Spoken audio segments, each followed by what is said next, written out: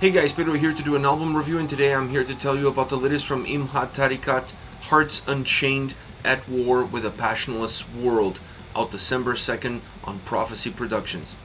This album has 10 tracks, 49 minutes in length, and this is the band's third full-length studio record. They are a German black metal band. The design of the album is nearly perfect. First of all, I like the fact that it has an old school approach, dividing itself into side A and side B, both of them offering you an intro and an interlude that allows you to better understand exactly where this record is and where it's going. The intro of the album works extremely well because it sets a great atmosphere for what the rest of the album is going to be all about, not just side A but side B included. The interlude track doesn't necessarily do quite the same. I do like the sound that it has. I do like the atmosphere that it creates. The piano is absolutely phenomenal, works really well. I almost wish there was more of it throughout the record, but it doesn't tie in as perfectly as the intro does to the beginning of the album. I wanted that interlude to be a little bit more of a photocopy of how the album started.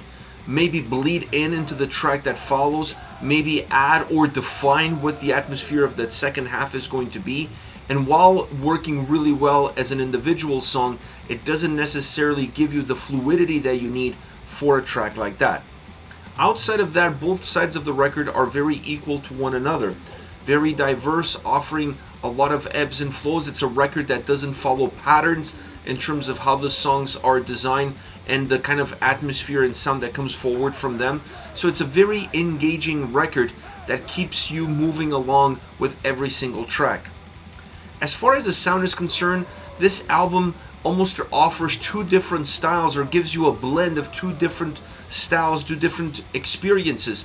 On one hand, it feels like a very atmospheric black metal album, and on the other hand, it sounds a lot more like a traditional black metal record.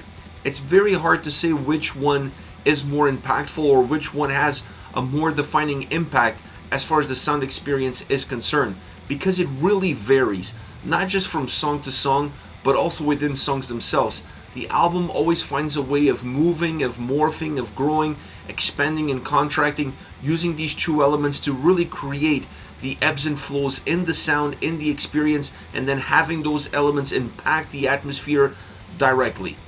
And it's an album that really lives off of that. The energy that it has, the movement that it creates, it defines these two different parameters perfectly well across each and every single song. I enjoy the fact that they found a gray area to coexist, or they found a gray area to really combine themselves and create the signature sound and the signature experience of this record.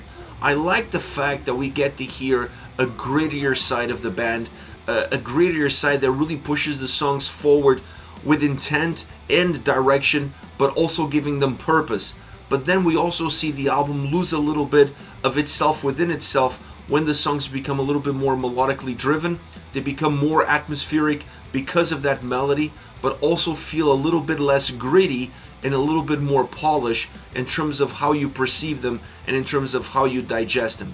When you put all of this together in a single pot, what you have is sound that has life, sound that has energy, and sound that at times feels very warm. Not as traditional as a black metal record would normally sound, but the darkness that you would get from the genre is still alive and well across each and every single song on this album. Then you can look at some of the individual elements of this record, like the drums and guitars. The drums on this album are super interesting because obviously they do the main role of grounding the record, of creating a foundation, but that's not the only thing that they do. The way the cymbals are used in the sound through the mix really impacts your perception of the intensity in the movement. When you see a track that has a very thick wall of sound, and the guitars and drums and bass all blending together to create that wall, more often than not you're going to see the cymbals coming in and splashing themselves and breaking away a little bit from that overall unifying sound experience. This creates depth that's important for the sound, that's important for that growth and that movement. The guitars do this as well, specifically when melody is inserted in and the guitars swerve away from the more grimier direct approach with intensity into that more melodic atmospheric sound. The way the guitars do that also helps create movement, also helps make this album a lot more fluid. So it's interesting that they used two elements with different parameters to create this sort of fluidity. The drums with the cymbals and then the guitars with the melody. Both of them impact the movement, but the guitars impact the atmosphere a lot more. As far as the vocals are concerned, I was expecting the vocals to be deeper in the mix considering the overall sound that the album has. When you look at black metal, atmospheric black metal, you normally see the vocals a little bit hidden or underneath everything else. It's not the case here. The vocals actually feel separated from everything else that is happening sound-wise.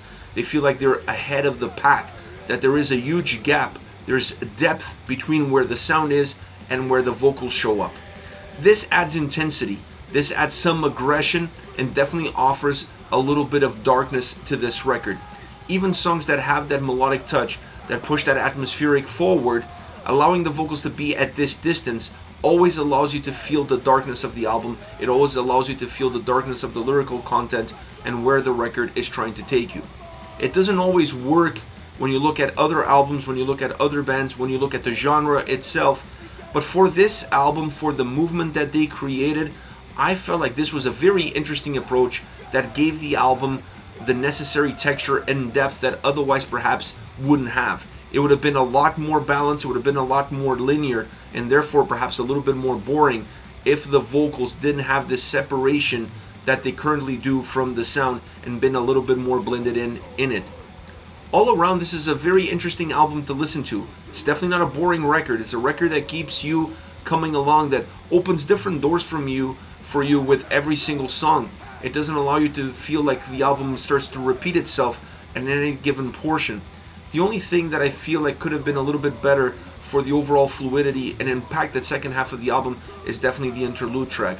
Something that blended a little bit more with the sound, with the experience of the second song, and maybe take the use of those pianos and incorporated them maybe in a track or two in that second half, allowing you to see where these breadcrumbs are actually taking you.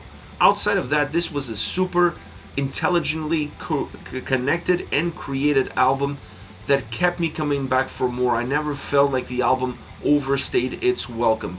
49 minutes starts to push that boundary, but considering the design and considering the delivery and the sound experience, I was happily content with it.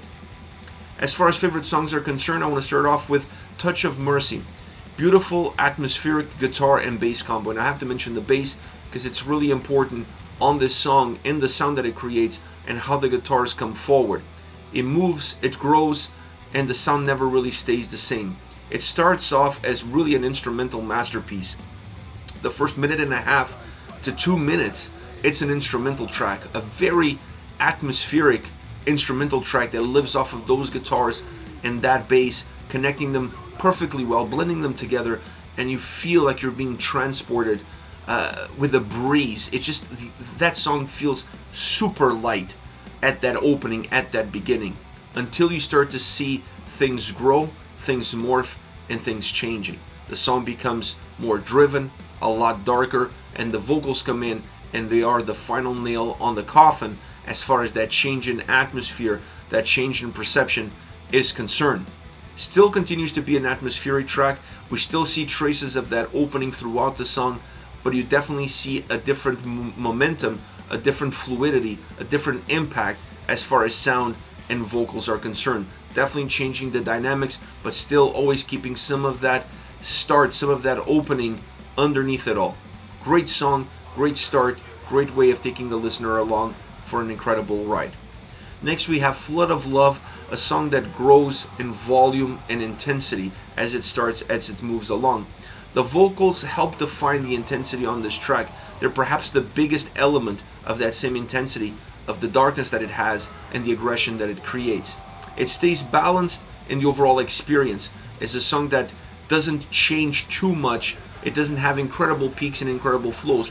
There is a sense of growth, but that growth is very consistent in terms of the steps that it takes along the way. The drums help define or help break the wall of sound that it creates. Earlier on I mentioned the cymbals. This song is a perfect example of that. Splashing them around here and there allows the sound to feel like it's breaking or there's some glass shattering in certain key moments. This makes the experience a little bit more palpable. It's easier to digest a song like this because you don't feel like saturated by everything that's coming together as one. The guitars also create a little bit of a break, but their break is different because it offers a different dynamic and it comes with different attributes, more from a melody point of view, not necessarily from breaking the sound that's overall encompassing this track. Interesting song all around. Last but not least, Stardust Wisdom. Musically, a more traditional black metal song from start to finish. When you look at the drum sound, when you look at the guitars, very driven, very gritty. The drums very consistent, very heavy, creating the footsteps or creating the roads ahead, the cobblestones ahead that allows the guitars to then drive upon it.